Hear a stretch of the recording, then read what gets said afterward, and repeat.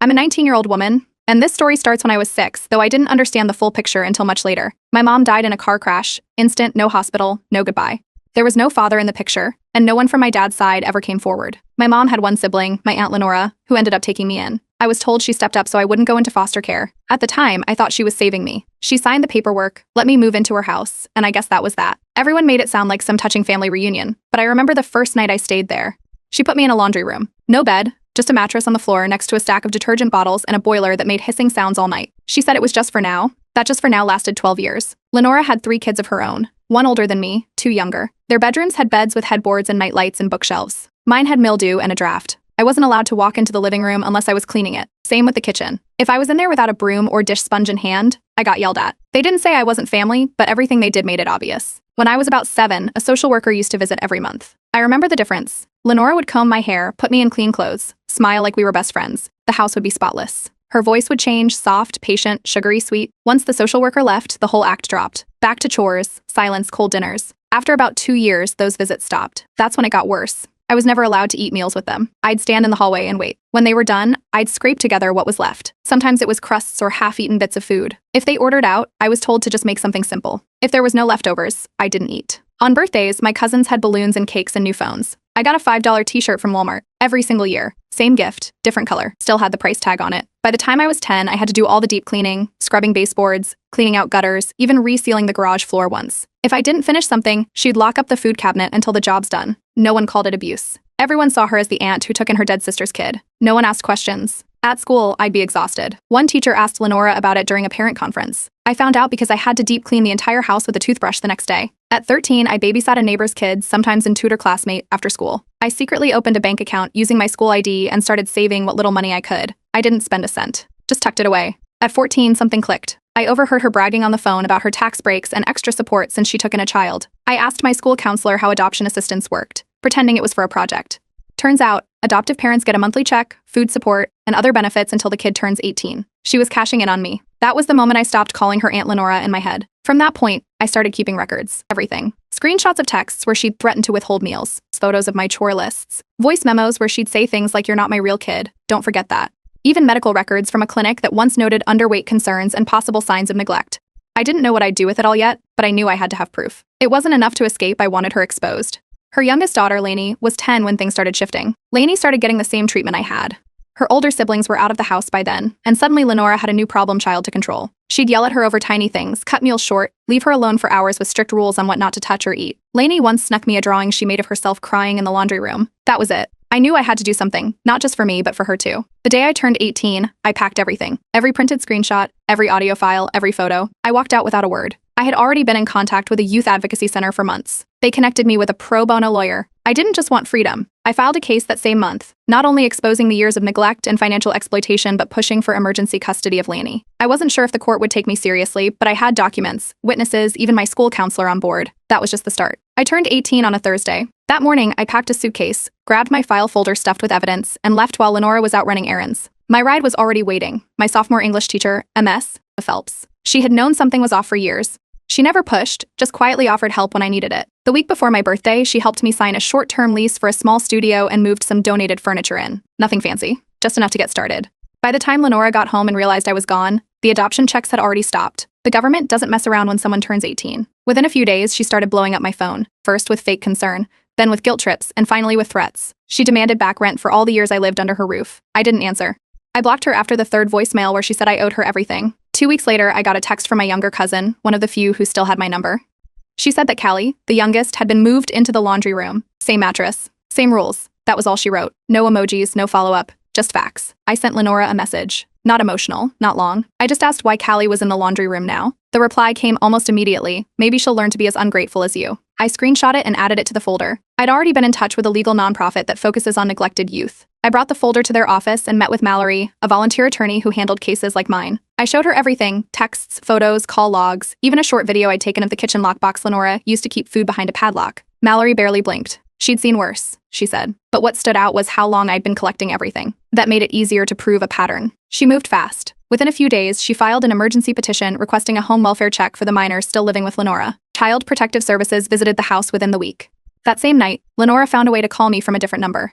She was screaming so loud the voicemail cut in and out, accused me of trying to ruin her life, threatened lawsuits, said I'd regret this. I didn't respond. I just saved the voicemail and sent it to Mallory. The CPS visit uncovered a lot. Unsafe sleeping arrangements, limited food access, excessive chores that weren't age-appropriate. The two older kids lied, probably coached. They said everything was fine and even gave a tour of the house like it was a model home. But Callie broke. She told them she was scared at night, that she missed me, that she didn't understand why she was being punished. Mallory pushed for a court hearing. Family court agreed to schedule one and appointed a guardian ad litem, someone neutral who visits both homes and interviews the people involved to figure out what's best for the child. It wasn't a guarantee, but it was movement. Lenora tried to hit back fast, filed a complaint accusing me of stealing things when I moved out, furniture, kitchen supplies, even a vacuum cleaner. Luckily, I had receipts. Every single thing in my apartment was donated, secondhand, or bought with my own tutoring money. Her complaint was dismissed at the pre-hearing stage. The judge barely looked at it. While all this was going on, I started community college. 3 days a week, early morning classes. I worked part-time at a bookstore near campus. My apartment was tiny, but clean and quiet. As soon as the court allowed the case to move forward, I bought a second-hand twin bed and started rearranging my living area. Took down a tall shelf to make room for a play space. Asked a friend to help install a lock on the front door that wasn't just a flimsy knob. The guardian ad litem visited me last week. We talked at my kitchen table while the dryer hummed in the background.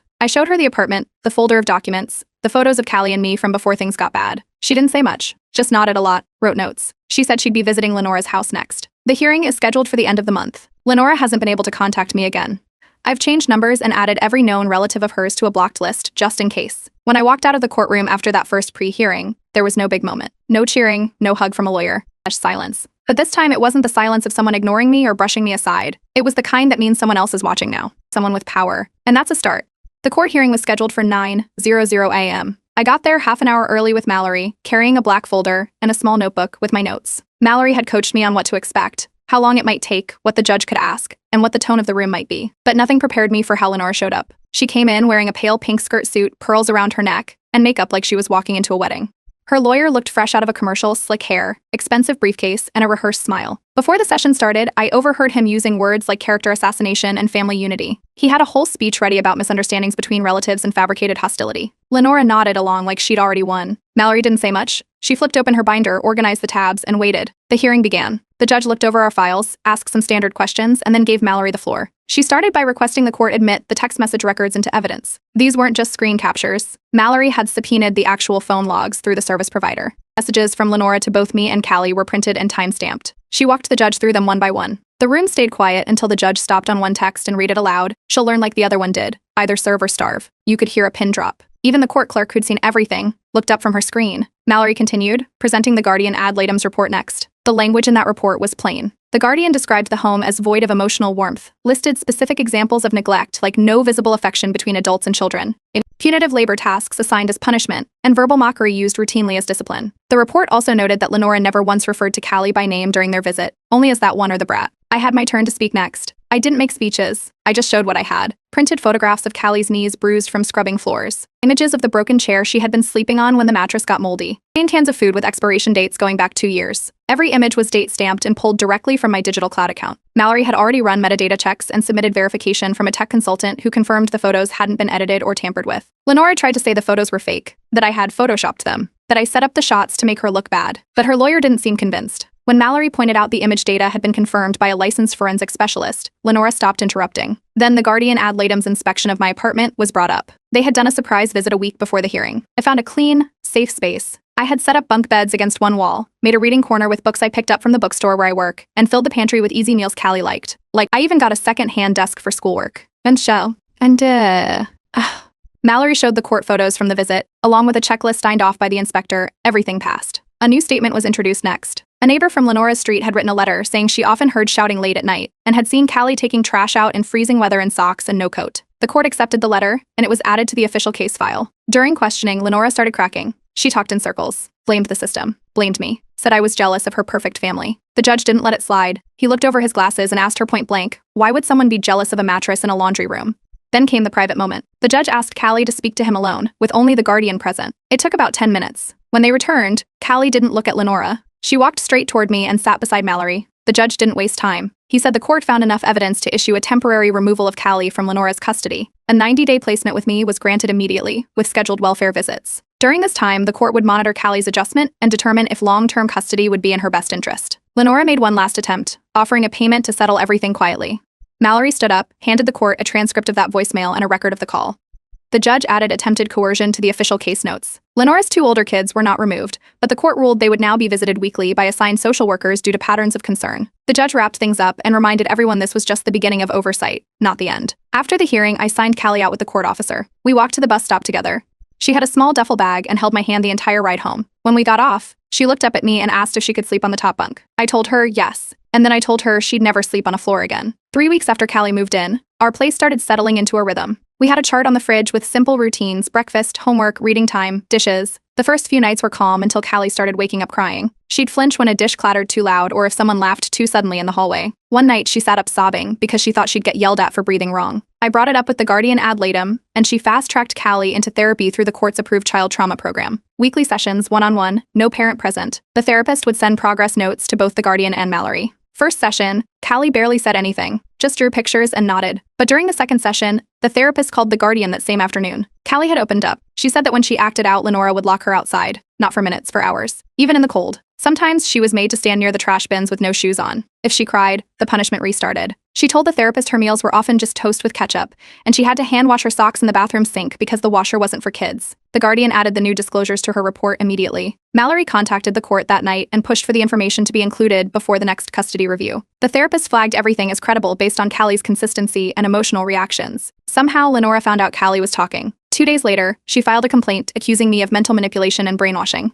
She claimed I had coached Callie into saying things that weren't true and that I was using her against her own mother figure. Her lawyer requested an independent review, which the court approved. They brought in a secondary therapist. Neutral party, not told anything in advance. She visited our apartment, spoke to Callie alone, and ran her own assessments over 3 sessions. Callie didn't know this therapist was part of the case. She just treated it like a new person to talk to, and apparently said the same things. While all this was happening, I got a message from Lena, one of Lenora's older daughters. She's 16. She said she wanted to leave too, that she was scared all the time, and that if she asked for help, Lenora would go full crazy. I saved the message and forwarded it to Mallory. The next day, Lena deleted the whole conversation and denied everything when the guardian called her in for a welfare check. She claimed I was trying to get rid of her whole family. Nothing else came from it, for now. A few days after that, I got called into the front office at my college. Security had flagged a phone call. A woman pretending to be my mother had called in worried about her daughter's mental health and asked for my class schedule. She used my full name, date of birth, and even mentioned one of my professors. The college didn't give her anything but notified me and locked my records with a flag. Mallory immediately filed a no-contact request with the court. While we waited for approval, I installed security cameras in the hallway and by the front door. A friend from school helped me set it up and showed me how to run everything through an app. I didn't tell Callie why. The next supervised visit was hard. Callie went in nervous but calm. The minute she saw Lenora, she froze. Lenora didn't waste time, told Callie she wasn't a real sister to me. Said she was just confused and that once the court gets over its phase, she'd be back home where she belonged.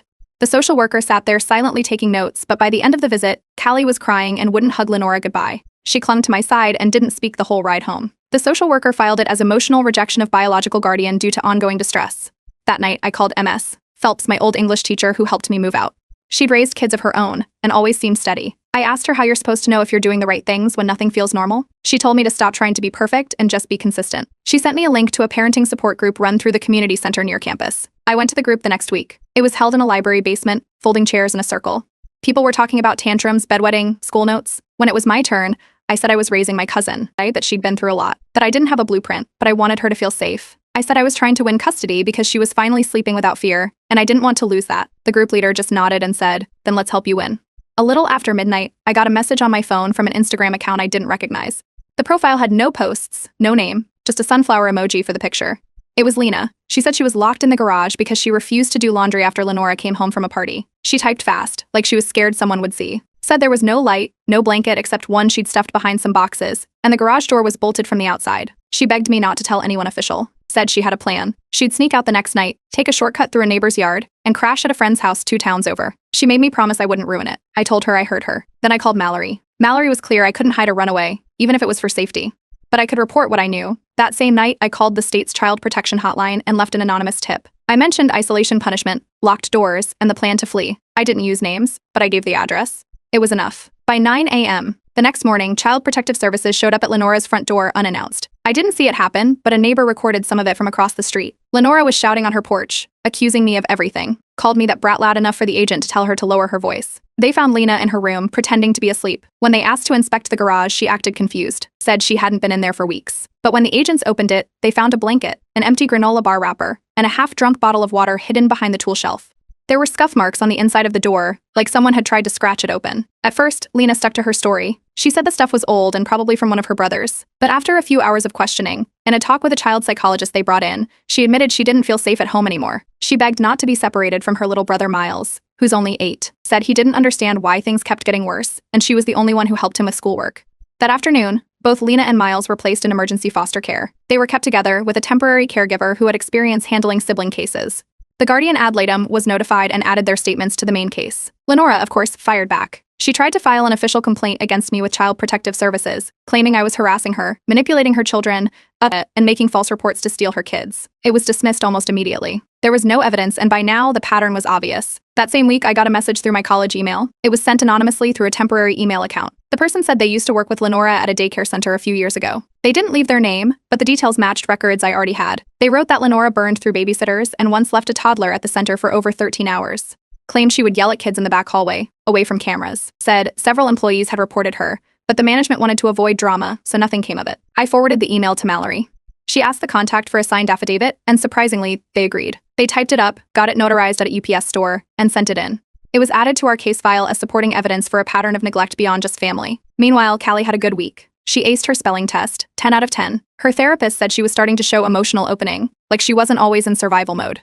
Callie told her she wanted to paint a rainbow wall in our apartment. She picked out color samples from the hardware store and taped them to the wall beside her bunk bed. She said the wall would be for good dreams only. I started keeping a journal, not just for the case, but for myself. Every time something happened, good or bad, I wrote it down. There was a page from the night I snuck crackers to Callie before bed because she was scared to ask for snacks. Another page had the list of books we borrowed from the library. One entry was just a line, today, no yelling. The guardian ad litem scheduled a sibling visit. Lena and Miles met Callie at the agency's office. No toys, just a basic room with chairs and coloring sheets. Callie ran to Lena the moment she saw her. Didn't let go the whole hour. Miles gave her a homemade card that said "Miss you lots." They sat together drawing while the social worker took notes. At the end of the visit, Callie wouldn't stop waving until they were out of sight. 2 days later, a letter arrived from the court. The final custody hearing was scheduled for next month. The judge would decide where Callie would stay permanently, and possibly Lena and Miles too. The final custody hearing took place on a Tuesday morning. The courtroom was packed. Lenora showed up first, dressed like she was hosting a political fundraiser, pale blue suit, hair curled into stiff waves, and heels that echoed every step.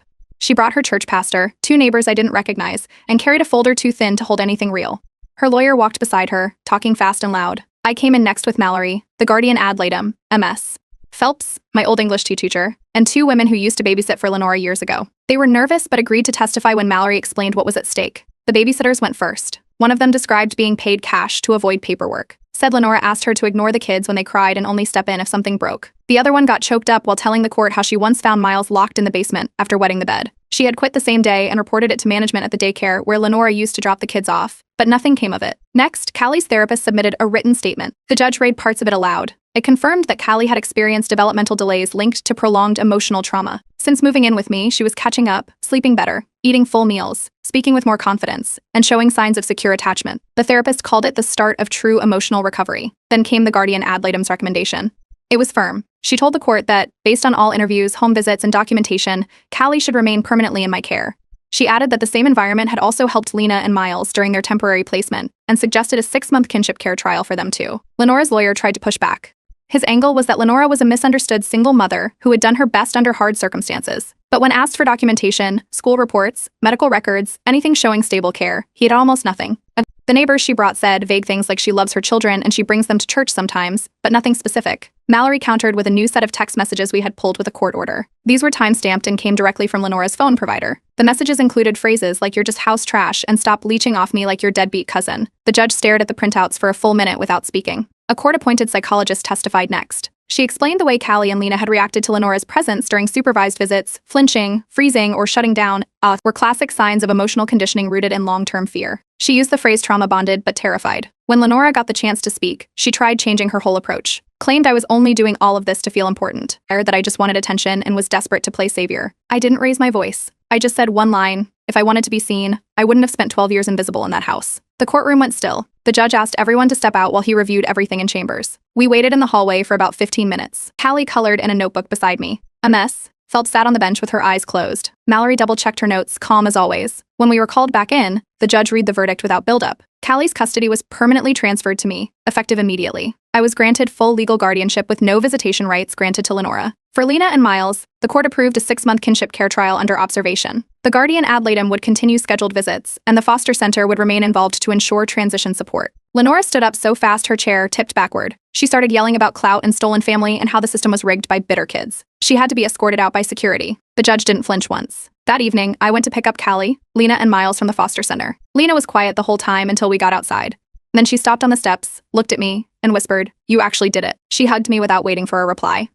Back at the apartment, we didn't have enough chairs for everyone, so we sat on the floor. Microwave mac and cheese, juice boxes, and a playlist of old cartoons. Miles spilled his drink twice. Callie asked if they could paint the rainbow wall this weekend. Lena put a pillow on the floor and called it the chat zone. No furniture yet. But all three of them were laughing. 3 months after the custody hearing, we moved into a new apartment. 2 bedrooms, slightly bigger kitchen, and a balcony that overlooks a bus stop. Nothing fancy, but it felt like progress. We all helped pack. Callie used color-coded stickers for the boxes. Lena played DJ and made a playlist called Escape Room to Real Room. Miles got distracted and packed a shoe, a banana, and 1 sock in a cereal box. The new place felt different right away. Less echoes. More light. The state approved a kinship caregiver stipend after Mallory walked me through the paperwork.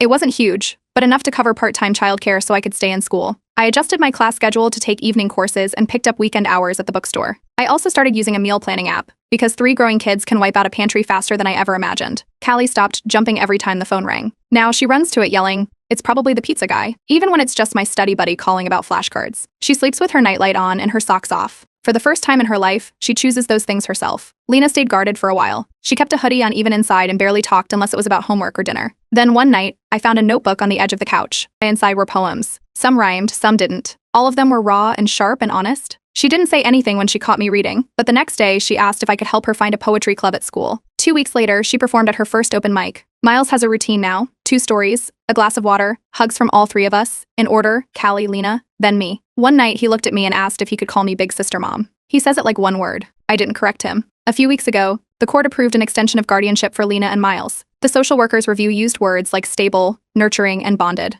It was the first time I've ever seen those words written about a home I was part of. Lenora tried to appeal the ruling once. She didn't even show up to the hearing. The judge refused to reopen anything. Her case was closed with prejudice. I heard from a former neighbor that she's living alone now, sold one of her cars, and hasn't had a job since losing her home child care license. She hasn't reached out. She can't. She's still blocked, and the court order stands. There was no joy in hearing that. I thought there would be. But instead, I felt empty, like someone hit pause and forgot to press play again. I started seeing a therapist. Not court-mandated, not for documentation, just for me. In one session, I was asked what I liked doing, not what I had to do, not what I was good at, just what I liked. I didn't have an answer. I started writing it out. My journal went from task lists and custody notes to small joys. A list of places I want to take the kids. Ideas for a tiny herb garden on the balcony. Applications for transfer to a university next fall. Myad fab all. I started making plans for something that didn't begin with survival. One afternoon, MS, Phelps called. A local youth advocacy nonprofit was hosting a panel and wanted a speaker who had been through the system. She had told them about me. I said yes before I could talk myself out of it. At the event, I didn't read from notes. I told the truth. That no one came to save me. That I made it far enough to turn around and pull someone else out. A woman on the panel, a program director from a university, asked to speak with me after. She offered to help mentor me through the application process for their social work program. 2 weeks later, I got a letter with a scholarship offer attached. I accepted. The last Sunday of the month, we stayed home. No court dates, no forms, no appointments, just pancakes. Miles added too many chocolate chips. Callie wore one of my old hoodies like a dress and kept dropping batter on her sleeves. Lena argued about whether syrup counts as a wet topping. I didn't clean the kitchen right away. I just watched them. For the first time in years, I wasn't checking windows or bracing for someone to walk through the door angry. I wasn't planning an escape. I wasn't invisible. I was here, and they were here with me, laughing over pancakes. We were never saved by the system. We saved each other, and we're staying.